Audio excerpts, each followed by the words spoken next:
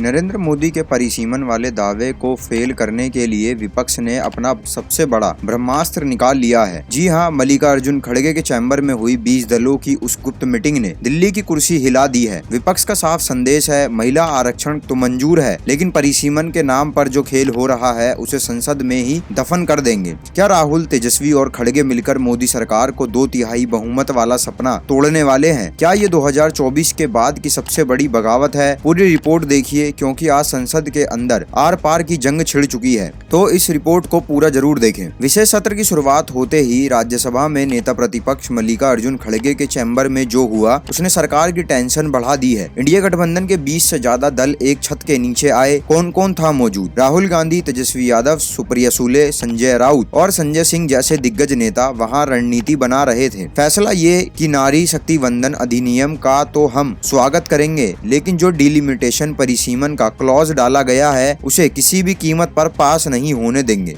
खड़गे ने साफ कह दिया है कि यह बिल महिलाओं के लिए कम और राजनीति के लिए ज्यादा लाया जा रहा है। अब आप सोच रहे होंगे कि विपक्ष इतना कॉन्फिडेंस क्यों है? सारा खेल आर्टिकल 368 का है। संविधान संशोधन के लिए मोदी सरकार को 2 शर्तें पूरी करनी पड़ेगी। सदन की कुल क्षमता का 50% से ज्यादा, यानी कम से कम 272 वोट। लेकिन असली खेल है 2/3 बहुमत का। जितने लोग सदन में मौजूद हैं उनका 66% समर्थन चाहिए। विपक्ष जानता है कि अगर वो एकजुट रहा तो सरकार को 350 का आंकड़ा जुटाने नहीं देगा और उनके पसीने छुड़ा देगा। इसलिए खड़गे ने सबको एक सुर में बोलने की ट्रेनिंग दी है। विपक्ष का सबसे बड़ा आरोप ये है कि परिसीमन के बहाने दक्षिणी राज्यों को सजा दी जा रही है। तमिलनाडु, केरल और कर्नाटक जैसे राज्यों ने जनसंख्या रोकी तो क्या उनकी संसद में ताकत कम कर दी जाएगी? विपक्ष का कहना है कि उत्तरी राज्यों को फायदा पहुंचाकर मोदी जी एक तरफा राज करना चाहते हैं। ये भारत के संघीय ढांची यानी फेडरल स्ट्रक्चर पर सीधा हमला है। तेजस्वी यादव और राहुल गांधी इस मुद्दे को पूरे देश में ले जाने की तैयारी में है कि कैसे बीजेपी राज्यों की ताकत छीनना चाहती है। विपक्ष ने बड़ा सवाल उठाया है, अगर आरक्षण देना है तो आज ही क्यों नहीं? परिसीमन का इंतजार क्यों? क्या ये सिर्फ चुनावी जीतने का शिगुफा है? मीटिंग में ये तय हुआ है कि सरकार से पूछा जाएगा कि आपने 2024 के चुनाव से ठीक पहले ये जाल क्यों बुना। विपक्ष मांग रहा है कि मौजूदा 543 सीटों पर ही 33% कोटा लागू हो, लेकिन सरकार सीट बढ़ाने की जिद पर अड़ी है। यहीं पर असली पेच फंसा है। राजनीतिक जानकार मान रहे हैं कि यह 2024 चुनाव के बाद विपक्ष की सबसे बड़ी राजनीतिक जीत है। खड़गे ने दिखा दिया है कि संख्या बल भले ही कम हो, लेकिन नीयत और राजनीतिक मजबूत है।